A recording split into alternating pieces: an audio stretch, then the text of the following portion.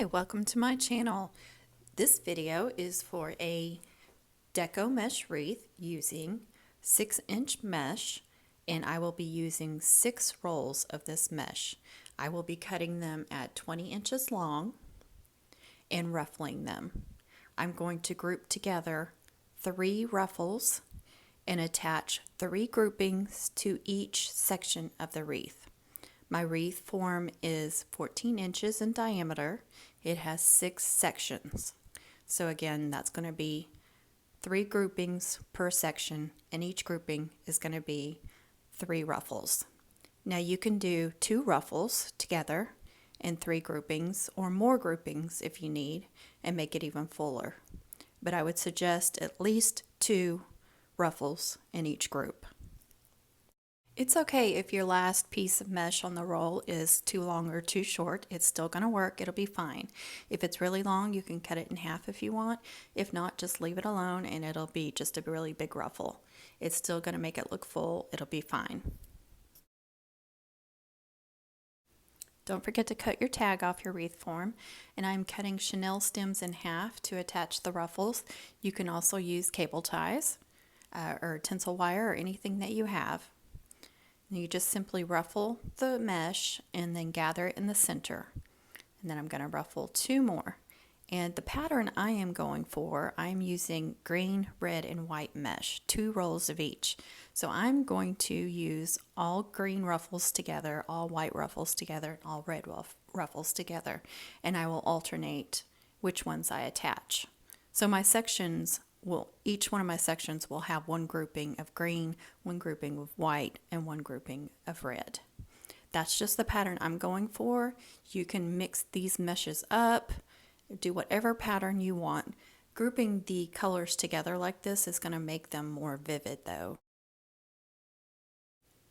On these 14-inch wreath forms that have 4 wires, I like to attach the mesh on the center 2 wires. That way it's nice and full looking and you will not see those outer 2 wires, the inner one and the outer one. And I alternate which one I attach. So if I attach it to the second innermost wire, then the next grouping I'm going to do the 3rd, and then I'll go back to the 2nd. After you attach the grouping, you want to pull the ruffle apart so it's nice and full. And see how it's a nice full circle? That's how you want it to look.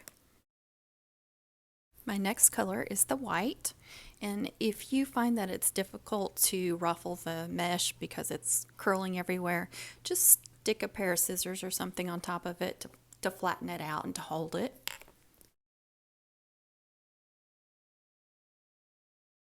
Again, I am attaching this grouping to the 3rd wire. Make sure you pull that chenille stem tight and twist it 2 or 3 times. You want it on there really snug, that way the mesh won't come loose. And then again, you pull on the ruffles to spread them out, and then you can push it up against the next one or the first one. And then you can also twist it if you need to. So if you have the first grouping kind of up and down, you might want to twist the second one so it's more sideways. When you attach them with cable ties, you're limited like that. You can't twist them around. That's the good thing about using chenille stems. You see how curly this piece of mesh is? This was the last piece on the roll, and they're always very, very curly. So it can be difficult to ruffle that one.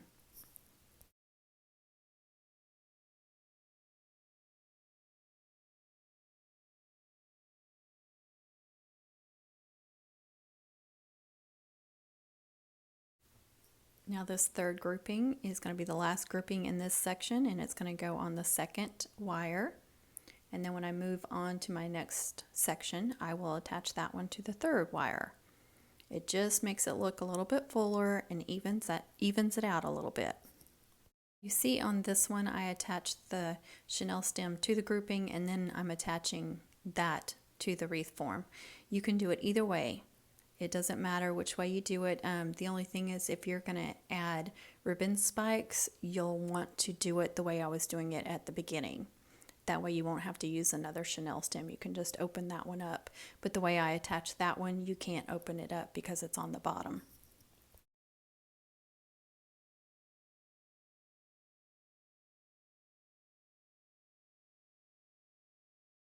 Okay, I'm skipping ahead to the very last section. I've already got it almost all attached except for these last three groupings.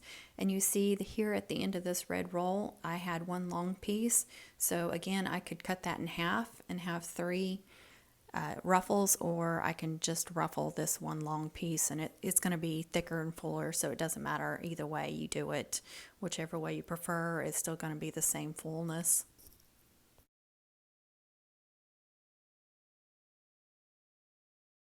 If you attach the Chenille stem like this, you can go ahead and fluff that ruffle out before attaching it, and then you won't have to do as much when you attach it. So I've got one last red grouping, one last white, and one last green grouping to attach to the very last section of my wreath form.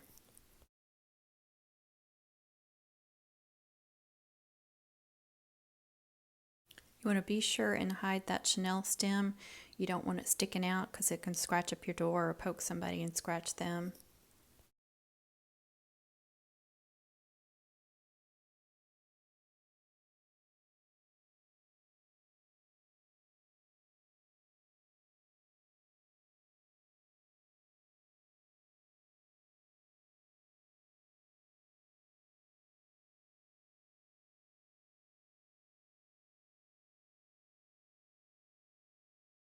Now just fluff everything out, kind of move them around, make sure everything looks really full.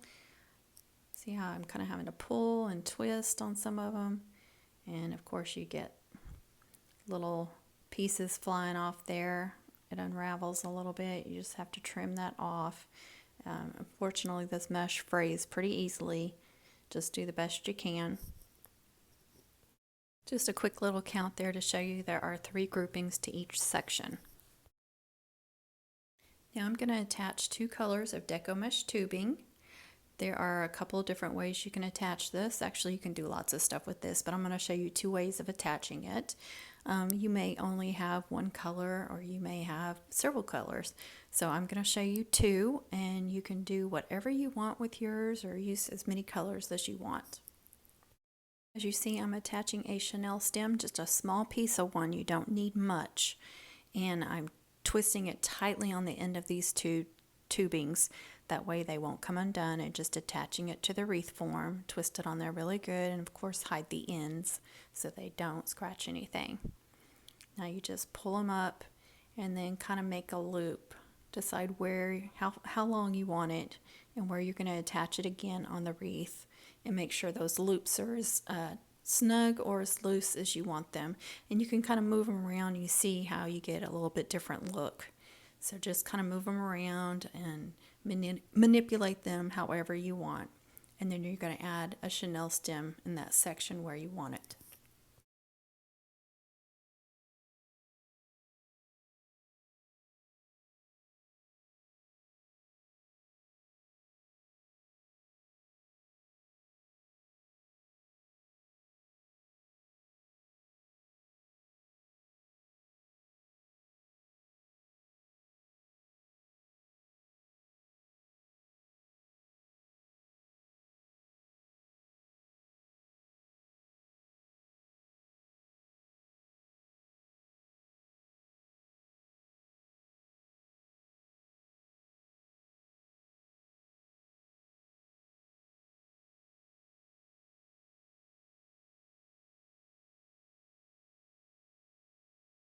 And you're just going to keep making your way around the wreath and attaching it every few inches, however long you want to make them.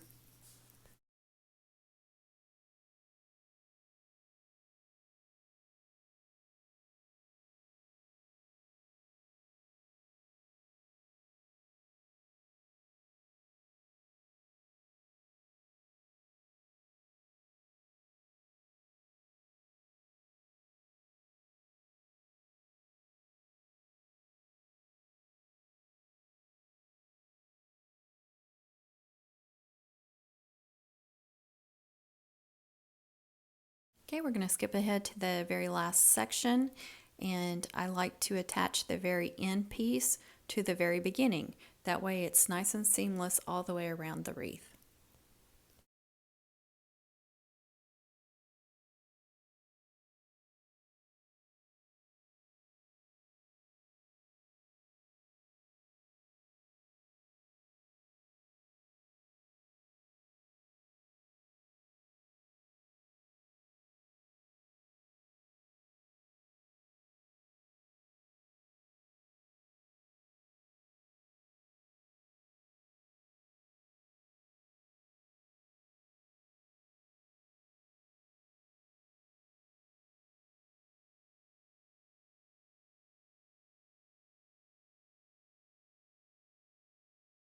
I'm going to attach the tubing in a different way now. Sometimes it will get, the way they have it tied up in the package, you'll get some pieces that are smashed, so you'll just need to cut those off. So I'm just going to make some loops or a bow out of it, however you want to look at it. It's some loops or a bow, and I'm going to attach that in 3 sections of the wreath. So since my tubing is doubled up, I've got 4 total loops, and I used 12 inches of tubing for each loop that you could see there, and then some little tails off the ends of them. If you don't like the tails, cut them really short so you can't see them. So I'm just going to pick somewhere on the wreath that I want to attach them, and you can attach a bunch of these or just a few. I'm going to do one on every other section, so that means there are going to be 3 total.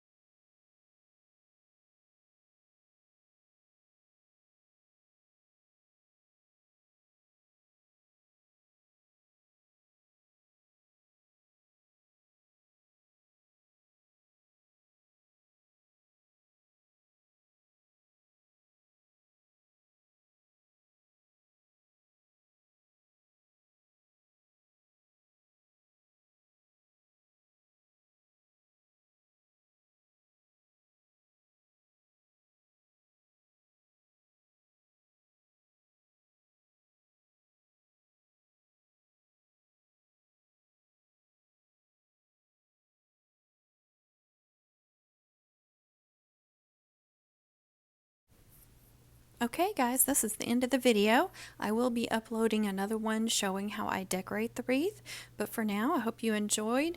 Please share, like, comment, subscribe, tap the bell for notifications, and again, if you have any questions or anything, please comment. I'll get back to you. Thank you. Happy holidays, everyone.